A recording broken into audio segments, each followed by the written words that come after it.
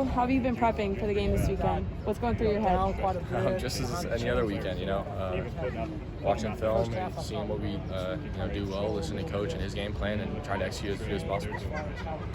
So, Kedon, after the game, I asked you if you were feeling any extra pressure, if you were pressing during the game, and you talked about your own expectations.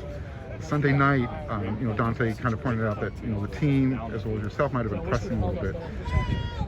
How do you reconcile those two different views of the game, I guess? Of mine and Dante's?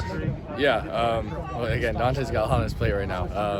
So it's tough to kind of see where the team's at and try to evaluate where they are, but I think he's pretty right on. For me, I think that was a big focus going into the game, was not to press and just focus, execute, and let it rip. Be decisive, and I thought I did that for the most part. Again, it's not perfect; it's never going to be. But again, that was kind of a focus going into the game, because I knew that even before the loss, that there's always going to be outside pressures and outside expectations. But you really just have to ignore that and focus on your game. So how are you keeping the energy up this week and motivating your teammates as well as yourself for this weekend? I think just going out here and having fun. It's easy to kind of let a negative loss like that turn to negative energy. This is fun. This is football. We have to go out here and try to do our best to keep it that way. And although there might be a lot of noise outside of the building, or a lot of frustration outside the building, and a lot of changes in the building too, we still have to stay focused and have fun and play loose out here. As far as the locker room right now, is it still a positive energy? Are people questioning what's going on right now? No, I don't think there's any questioning of what's going on. I think there's definitely a positive energy in the sense of we know what it's going to look like the rest of the year, and we know who we have out there, and our guys are going to be there, and that's certain. So I think if anything, we're kind of good in the fact of this is what we're rolling with, and we have to make the most of it. Was this obviously this isn't what you anticipated?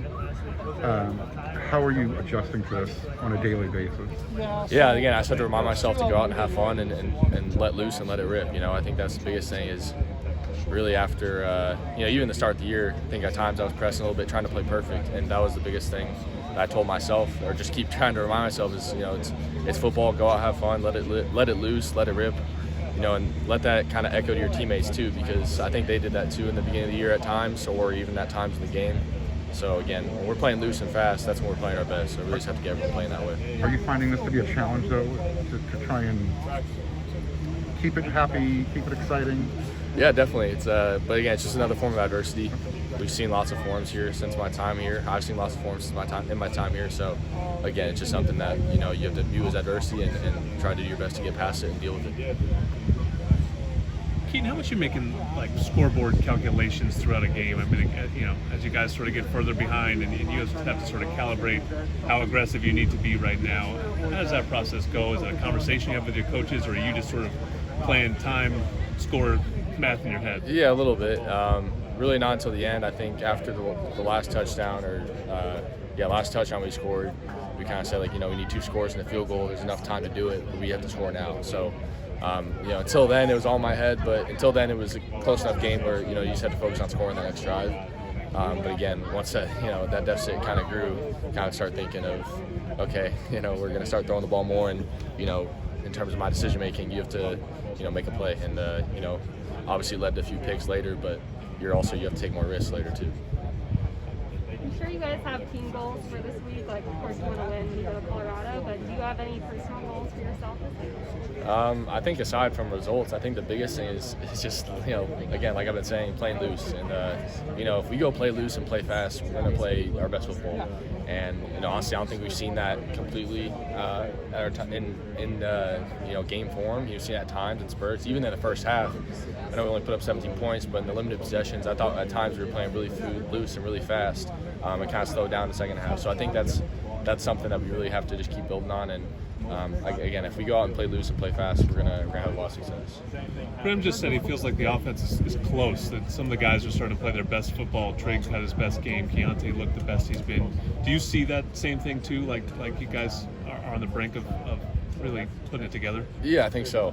Like I said, I think a lot of people look at the scoreboard and probably don't think the first half was very good, but looking on film, and looking at the results, if you look at, there's a bunch of statistics of explosive plays and our average rush yards, average first downs. I think we got 7 yards on first down we average. So that's all really good, and usually that ends up with being wins. But when the explosive play battle is a big part of that, and seeing that on Saturday was a big plus.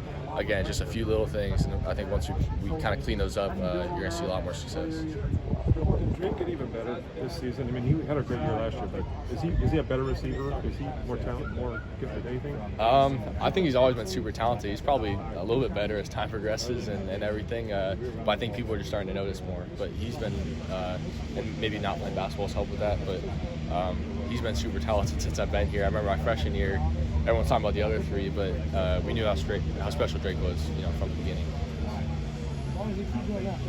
Awesome. Thank you, guys.